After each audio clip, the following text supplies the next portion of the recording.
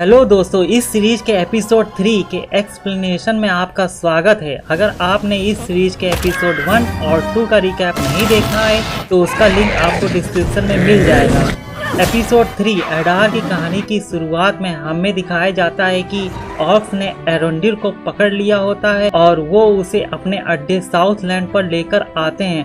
एरोंडिल काफी बेहोशी की हालत में होता है, तभी वहाँ एक ऑर्क उसके पास में आकर कहता है, एडार की जय हो। फिर एरोंडिल ऑर्क के जरिए जंजीरों में जकड़कर काम पर लगा दिया जाता है। फिर हम ऑर्क के जरिए पकड़े गए बहुत से लोगों को देखते हैं जिनमें एल्फ भी थे और जिनसे काफी बेरहमी से ऑर्क अपना काम करवा रहे होते हैं। अगले सीन में हम गैलेडियर और हेलब्रांड को देखते हैं जो एक बड़े जहाज के जरिए बचा लिए जाते हैं और गैलेडियर उस जहाज के कप्तान से उनके बारे में पूछती है तो वो कप्तान कहता है कि मैं सुरक्षित अपने मालिक के पास पहुंचाना मेरा काम है, तुम्हारे सवालों के जवाब वही देंगे। आगे हम देखते हैं कि वो एक द्वीप साम्राज्य नुमेनोर में पहुंच जाते हैं। गैलेडियल हेलब्रांड को बताती है कि मॉर्गोथ की लड़ाई में यहाँ बसे इंसानों ने एल्फ का साथ दिया था और इसके बदले एल्फ ने उन्हें ये द्वीप तोहफे में दिया था। और अब गैलेडियल को नहीं पता कि क्यों पिछले कई सालों से इस द्वीप पर एल्फ को आने की मनाही है और कप्तान उन दोनों को क्वीन रेगेंट मिरियल से मिलवाता है। फिर गैलेडियल और हेलब्रांड क्वीन को अपना परिचय देते हैं और गैलेडियल क्वीन से साउथलैंड जाने के लिए एक जहाज मांगती है और क्वीन का सलाहकार फेराजॉन उसे उसकी इस जहाज देने की दरख्वास्त को मना कर देता है। फिर हेलब्रांड क्वीन और उनके सलाहकारों से उसे और गैलेडियल को उनके राज्य में कुछ दिन रुक जाने के लिए कहता है ताकि क्वीन और उनके सलाहकारों को उसकी दरख्वास्त के बारे में सोचने का एक मौका मिल सके। और उसकी इस बात को सुनकर फेराजॉन उन्हें अपने राज्य में सिर्फ अगले 3 दिन तक रुकने को कहता है। इधर क्वीन को फेराजॉन के जरिए उस कप्तान का नाम एलेंडिल और उसके बारे में पता चलता है। साथ ही फेराजॉन क्वीन को ये भी बताता है कि एलेंडिल का एक बेटा भी है जो उसके नक्शे कदम पर है। फिर हमें एलेंडिल के बेटे इसिल्डूर और उसके कुछ दोस्तों को बातें करते हुए दिखाया जाता है जो 9 दिन बाद सी ट्रायल को पूरा करके ऑफिसर बनने वाले हैं। साथ ही हमें इसिल्डूर की बहन इयरियन की एक छोटी सी झलक को दिखाया जाता है जो इसिल्डूर से मिलने आई थी। अगले सीन में क्वीन रेगेंट एलेंडिल से कहती है कि जानते हुए कि पिछली 5 पीढ़ियों से एल्व्स को इस द्वीप पर आने की मनाही है, तुमने इस द्वीप के नियम को तोड़ा। इसलिए वो एलेंडिल से उस एल्फ गैलेडियल को बचाने और इस द्वीप पर लेकर आने पर उसे सजा के तौर पर गैलेडियल पर निगरानी रखने के लिए कहती है। अगले सीन में एरेंडिल को दिखाया जाता है और वो साथ में काम कर रहे एक मेढोर नाम के आदमी से कहता है कि ऑर्क सूरज की रोशनी में नहीं रह सकते और वो सुरंग के जरिए हॉर्डन्स पहुंचे थे, शायद उससे भी आगे, इसलिए उन्हें ऑर्क्स के बारे में पता नहीं चल पाया था। मैडोर उसे बताता है कि ऑर्क्स किसी चीज की तलाश में हैं। उस चीज को अपने सरदार के सामने लाने के लिए वो गांव के गांव तबाह कर रहे हैं। फिर एरोंडिल को रिवियन नाम का आदमी मिलता है और वो उससे कहता है कि मॉर्गोथ का उत्तराधिकारी एडार आ गया है और ये ऑर्क्स उसे एक देवता की तरह पूजते हैं। एडार जो कि एल्विस शब्द है और सौरोन को प्राचीन काल से कई नामों से जाना जाता था, इसलिए ऑर्क्स अपने उत्तराधिकारी को इनमें से एक शब्द एडार के नाम से पुकारते हैं। रास्ते में विशाल पेड़ की जड़ें होने के कारण वो कैद एल्स आगे नहीं खोज सकते थे। तभी लोरका नाम का ऑर्क उनसे कहता है कि उखाड़ के फेंक दो इन्हें, पूरे के पूरे पेड़ को काट कर गिरा दो। तभी रेवियन उन ऑर्क से कहता है कि पेड़ इस जमीन के वजूद का हिस्सा है, हमें घूम कर जाना होगा। उसकी इस बात को सुनकर उन ऑर्क्स को गुस्सा आ जाता है और वो उसे मारने ही वाले होते हैं कि तभी उनमें से एक मैगरॉट नाम का ऑर्क रेवियन से कहता है, तुमने कमाल की हिम्मत दिखाई, इसलिए इनाम में मिलेगा पीने का पानी। और अब रेवियन और एरोंडिल मैगरॉट के जरिए दिए गए पानी को पीते हैं और अब मैधोर पानी को पी रहा होता है। तभी मैगरॉट उसका गला काट के उसे मार देता है। अब यहाँ एरोंडिल उस पेड़ को काटने के लिए तैयार हो जाता है। अगले सीन में हम देखते हैं कि गैलेडियल वहां से निकलने के लिए एक नाव को चुराने के लिए जाती है। तो एलेंडिल गैलेडियल की निगरानी कर रहा होता है और वो उसे नाव को चुराने से रोक लेता है। जब एलेंडिल एल्विस जानता था तो वो उसे विद्या भवन लेकर जाता है जहाँ पर वो पला बड़ा हुआ था। अगले सीन में हमें हेलब्रांड को दिखाया जाता है जो एक काम के लिए स्मिथी नाम के लोहार के पास आया होता है। स्मिथी उसे कहता है कि तुम में बहुत हिम्मत है लड़के, प्रसंग चिन्ह के बिना तुम न्यूमेनॉर में लोहार का काम बिल्कुल नहीं कर सकते। यहाँ सम चिन्ह कहने का मतलब उस समाज के यानी न्यूमेनोरियंस वर्कर्स की एक आईडी है और हेलब्रांड को लोहार का काम करने के लिए इसी आईडी की जरूरत थी यानी सम चिन्ह की।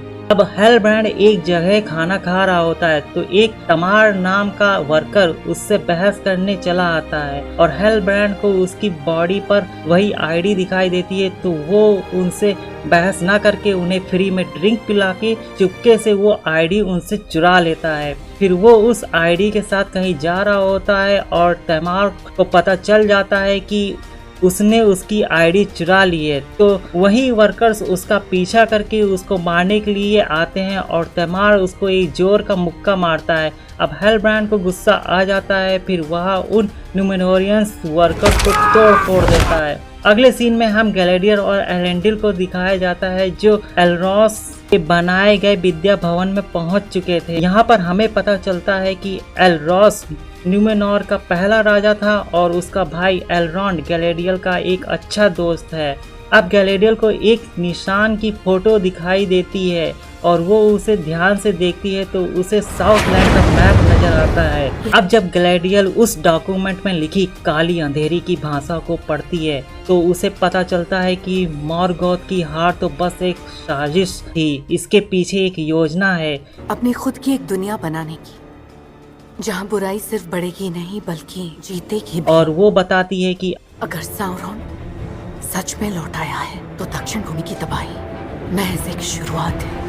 अगले सीन में नॉरी उस स्ट्रेंजर की मदद के लिए एक बुक से तारों का मैप चुराने आई होती है और पॉपी से वहां नजर रखने को कहती है। अब जब वो मैप चुरा रही होती है तभी वहां सैडोक बोरोस आ जाते हैं और वो एक काम को पूरा करने के लिए वहीं बैठ जाते हैं। अब नॉरी चुपके से उस पेज को उठाने की कोशिश करती है और कहीं सैडोक को पता न चल जाए, इसलिए पॉपी उनका ध्यान खींचने के लिए वहां आ जाती है। नॉरी को वो पेज मिल जाता है और वो उसे लेकर एक जगह पर रख देती है ताकि उस स्ट्रेंजर को वो मैप मिल जाए। इधर सभी हार्पूट्स अपने पुराने लोगों को याद करने के लिए एकजुट थे और जिन जिन लोगों को उन्होंने खोया उनको याद करते हुए सैडोक बोरोस एक स्पीच के जरिए उन सभी के दिलों में उनकी यादों को जिंदा करते हुए दिखाई देते हैं। दूसरी तरफ उस स्ट्रेंजर को वो तारों का मैप मिल जाता है और वो उस तारे के नक्षत्र को आग के पास बैठकर देख रहा होता है। तभी उस पेज में आग लग जाती है जिसके कारण वो घबरा जाता है और वो नॉरी को बुलाता है क्योंकि अब नॉरी ने उस स्ट्रेंजर के बारे में किसी को कुछ नहीं बताया था और उस स्ट्रेंजर को छिपा के कारवा का सख्त नियम तोड़ा,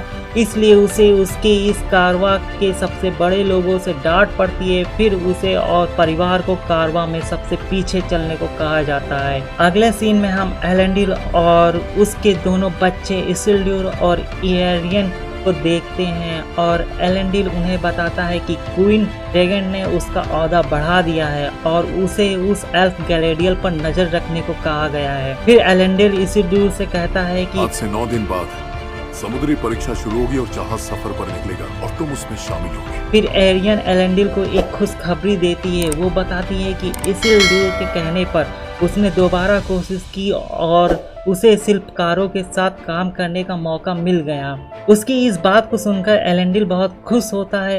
अगले सीन में हेलब्रांड को दिखाया जाता है जो कुछ न्यूमेनोरियंस वर्कर्स से लड़ने के कारण जेल में बंद होता है। तभी वहां गैलेडियल आ जाती है और उसे विद्या भवन से लाए कुछ डॉक्यूमेंट्स को दिखाती है और वो उसे बताती है कि कई युग पहले इस निशान के धारक ने दक्षिण भूमि के कई बिखरे हुए कबीलों को एकजुट कर दिया और वही ताकत में फिर से एक कर सकती है उस अंधेरे के खिलाफ जो उनकी भूमि को छीनने आ रहा है। तुम्हारी भूमि हेलब्रांड, तुम्हारे लोगों का कोई राजा नहीं, तुम ही उनकी उम्मीद हो। तभी हेलब्रांड उनसे कहता है कि मेरे ही पूर्वजों ने मॉर्गॉथ का साथ देने की कसम खाई थी। तुम्हें जिसकी तलाश है मैं वो मसीहा नहीं। लेकिन गैलेडियल उससे कहती है मेरे साथ मध्य धरती चलो, मिलकर हम दोनों प्रजातियों को बचा लेंगे। अब अगले सीन में हम क्वीन रेगन को देखते हैं जो अपने फादर के पास पहुंचकर कहती है जिस पल का हमें डर था वो एल्फ यहाँ आ गई है। यानी क्वीन गैलेडियल की बात कर रही है। अब हमें हार्टफुट के कारवा को दिखाया जाता है जो हर साल अपनी जमीन चेंज करते हैं और अब वे सभी अपनी पुरानी जमीन को छोड़ के किसी नई जगह रहने के लिए जा रहे होते हैं और नॉरी की फैमिली कारवा में सबसे पीछे थी। अब जब नॉरी के फादर लार्गो ब्रैंडीफुट के पैर में चोट आई होती है इसलिए वो काफी धीमे चल रहे होते हैं और तभी उनकी मदद के लिए स्ट्रेंजर आ जाता है और नॉरी अपनी फैमिली से कहती है यही सही है, हम ऐसे ही कारवां के साथ चल सकते हैं, सब साथ में। हम इसकी मदद करेंगे और ये हमारी। फिर वो उसे अपने साथ चलने को कह देते हैं। अगले सीन में हम एरोंडिल और उसके साथियों को देखते हैं जो उन ऑर्क से बच निकलने की कोशिश करते हैं मगर जंजीर से बंधे होने के कारण उन्हें ऑर्क से लड़ना पड़ता है। साथ ही वो अपनी जंजीरों को भी काटते हैं क्योंकि अब ऑर्क सूरज की रोशनी के कारण उनसे लड़ नहीं पा रहे थे, इसलिए वो एक भेड़िए को उन्हें मार डालने के लिए भेज देते हैं। एरोंडिल उस भेड़िए को जंजीर से उस पेड़ की जड़ में बांधकर कुछ देर रोकने की कोशिश करता है और रेवियन अपनी जंजीर काट के वहां से निकलता है। साथ ही एरोंडिल भी बच के उसके पीछे आता है और फिर वो देखता है कि रेवियन ऑर्क के जरिए मार दिया गया है और एरोंडिल को वो ऑर्क पकड़ लेते हैं और उसे मारने के बजाय एडार के सामने पेश करने के लिए ले जाते हैं। और इसी के साथ ये एपिसोड 3 यहीं पर समाप्त होता है और अगला एपिसोड 4 आ जाने के बाद मैं जल्द ही उसकी हिंदी एक्सप्लेनेशन आपके साथ शेयर करूंगा। जब तक के लिए आप मेरे इस वीडियो को लाइक, शेयर और कमेंट करके ज़रूर बताइए कि ये एक्सप्लेनेशन आपको कैसा लगा और मेरे इस चैनल रिकैप बडी को सब्सक्राइब कर लो, साथ ही बेल आइकन को भी प्रेस कर देना। Thank you for watching.